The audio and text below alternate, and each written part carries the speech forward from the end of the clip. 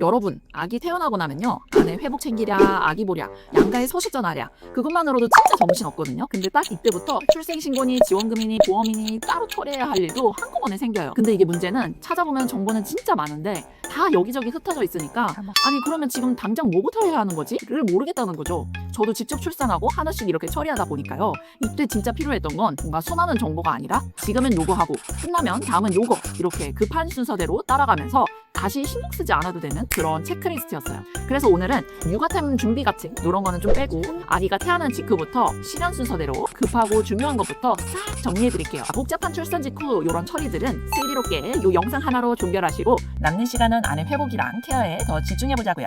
그럼 바로 시작해 볼까요? Let's go! 자, 그럼 병원에서 남편이 가장 먼저 해야 하는 건 무엇일까요? 바로 아내 챙기기입니다.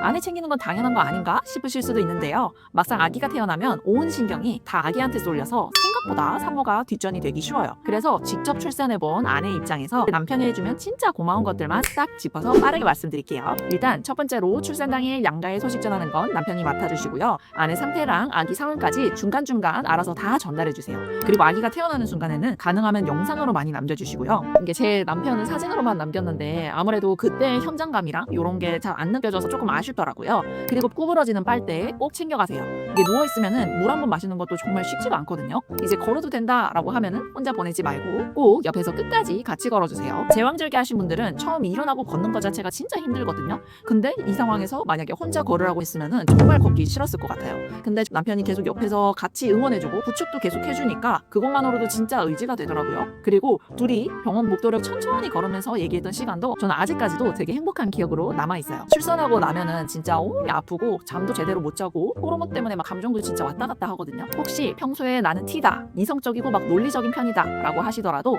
이때 아내가 뭘 말하면은 해결책부터 말해주기보다는 아 진짜 힘들었겠다, 응 알겠어 하고 일단 아내 편 되어주고 공감을 해주세요. 그 순간에는 그게 진짜 도움되고 힘이 됩니다. 약간 잔소리처럼 들렸을 수도 있는데요, 아기는 병원이나 조리원에서 선생님들이 너무 잘 봐주세요. 그러니까 아내를 꼭 더 많이 챙겨주시라고 말씀드리고 싶어요. 자, 이렇게 아내를 챙겨주셨으면 이제 핸드폰을 켜세요.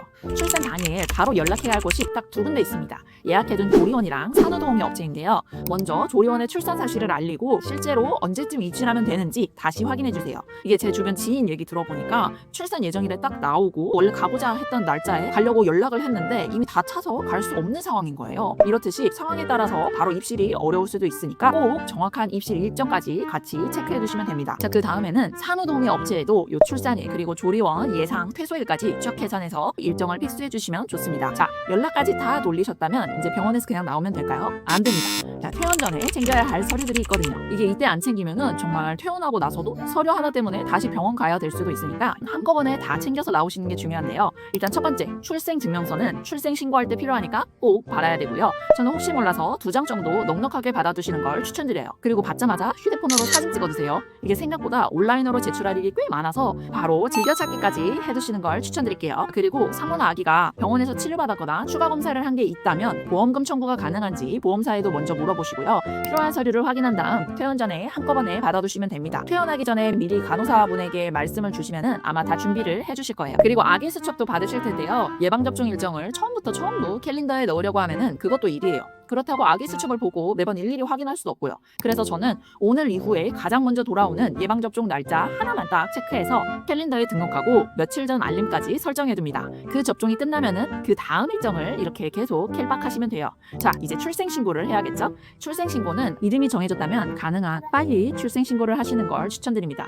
아기 주민등록번호가 나와야 어린이집 입소대기도 걸고 뭐 보험 등록도 하고 아기 통장도 만들 수 있고 이렇게 꽤 해야 되는 일들이 많거든요. 자, 출생신고는 직접 가서 오프라인으로 하시는 걸 추천드릴게요. 왜냐하면 출생신고를 하면서 행복출산 원스톱 서비스까지 그 자리에서 같이 신청할 수 있거든요. 여기서 행복출산 원스톱 서비스가 뭐냐면요, 첫 만남 이용권, 부모급여, 아동수당처럼 출산 후 받을 수 있는 여러 지원을 한 번에 확인하고 신청할 수 있게 해주는 서비스예요. 자세한 혜택은 제가 이미 정리해둔 출산 혜택 영상에서 확인해 주시고요. 오프라인 출생신고는 아기가 주민등록될 주소지 관할 행정복지센터로 가시는 걸 추천드려요. 그래야 출생신고랑 행복출산 원스톱 서비스는 물론이고 구에서 따로 받을 수 있는 혜택까지 한 번에 확인할 확인하기 편하거든요. 직원분이 필요한 내용도 같이 봐주시고 또 관련 안내지나 팸플릿도 챙겨올 수 있어서 좋더라고요. 가실 때는 출생증명서 원본, 신고하러 가는 분의 신분증, 아기 이름, 지원금을 받을 통장 사본 정도 챙겨가시면 될 것 같아요. 자, 여기서 물론 온라인이 더 편한 분들은 온라인으로 출생신고 하셔도 되는데요. 다만 출생신고가 처리된 뒤 정보24에서 행복출산 원스톱 서비스를 따로 신청해 주셔야 되고요.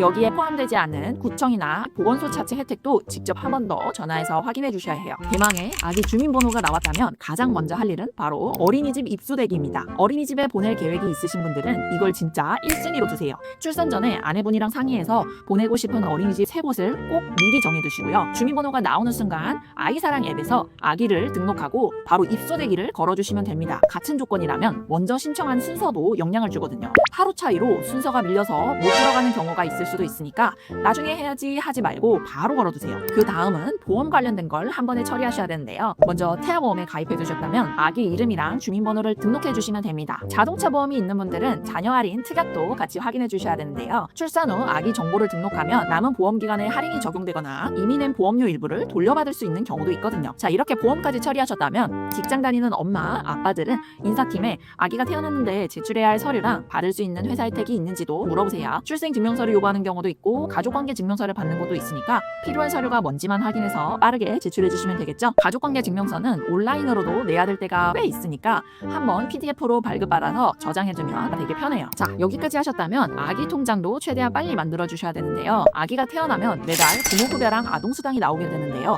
그 첫 지원금이 들어오기 전에 이 돈을 받을 계좌를 아기 통장으로 바꿔두는 게 핵심이에요. 왜냐하면 이 돈은 엄마 아빠가 아이한테 따로 주는 돈이 아니라 나라에서 주는 지원금이죠. 그래서 아기 통장으로 바로 받게 되면은 부모가 증여한 돈으로 보지 않아요. 그리고 이 돈이 생각보다 진짜 크거든요. 이게 부모가 목돈을 따로 넣어줄 여유가 없어도 나라에서 나오는 돈만으로도 2천만 원이 넘는 종잣돈을 만들어줄 수 있다는 장점이 있어요. 그러니까 이게 돈 많은 집만 할 수 있는 재테크가 아닌 거죠. 변경 방법은 굉장히 쉬운데요. 제가 여기에 화면에 띄워둘 테니까 차례대로 보고 따라해보세요. 자, 이제 아기를 병원에서 조리원으로 또 조리원에서 집으로 데려오기 전에 미리 준비해야 하는 게 딱 2가지가 있는데요. 바로 카시트랑 분유포트예요. 먼저 카시트는 병원에서 태어나기 전에 무조건 미리 설치해두세요. 저희 집은 계속 미루다가 그냥 퇴원 당일에 설치를 했거든요. 그런데 처음 설치해보니까 생각보다 쉽지가 않더라고요. 아기는 울고 고정이 되는지도 모르겠고 주차장에서 계속 기다리면서 막 사람들이 다 쳐다봤어요. 그러니까 꼭 한번 예행 연습 해주세요. 자, 2번째는 분유포트입니다. 조리원에서 집으로 오는 날 분유수유나 혼합수유를 하시는 분들은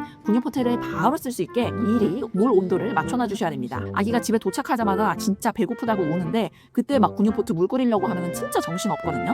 요 2가지를 당일에 처음 하지 않는 것만으로도 아기 데려오는 날이 훨씬 덜 정신없으실 거예요. 자, 오늘 내용이 좀 많았죠? 안 그래도 출산 직후에는 정신이 하나도 없는데 이걸 영상만 보고 전부 기억하기 어려우실까봐 제가 체크리스트를 한 장으로 정리했어요. 캡처 타임 갑니다.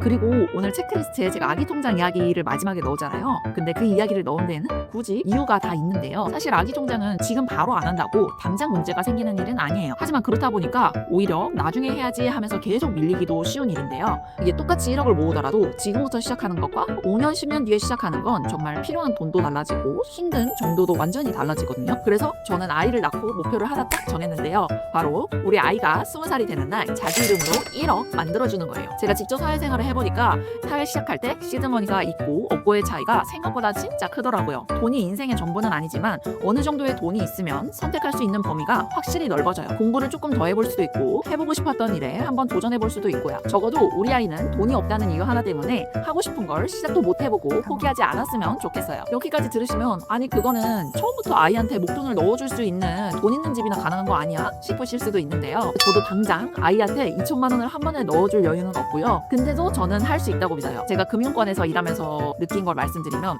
이게 처음에 얼마를 가지고 시작했는지도 중요하긴 한데 얼마나 일찍 시작했는지 그리고 그 정보를 가지고 어떻게 활용하고 관리했는지 시간이 지나면서 차이가 꽤 많이 커지는 걸 봐왔거든요. 그리고 우리 아이가 20살이 될 때까지는 아직 20년이나 남아있잖아요. 저는 이 시간이 우리에게 가장 큰 무기라고 생각해요. 다음 영상에서는 많이들 헷갈려 하시는 정부 지원금, 뭐 예를 들면 아동수당, 부모수당 이런 거는 아기 통장으로 어떻게 받아야 되는지 이것도 증여신고를 해야 되는지 여러분 여러분들이 궁금해하시는 걸 한번 정리해볼게요. 자, 우리 아이 20살에 1억 만들기. 큰 돈부터가 아니라 오늘 할 수 있는 작은 것부터 저랑 같이 쌓아가고 싶으신 분들은 구독이랑 알림 잊지 마시고요. 그럼 출산을 앞둔 모든 가족분들, 엄마도 아기도 아빠도 건강하게 잘 만나시길 바랄게요. 자, 그럼 저는 다음 영상에서 뵐게요. 안녕.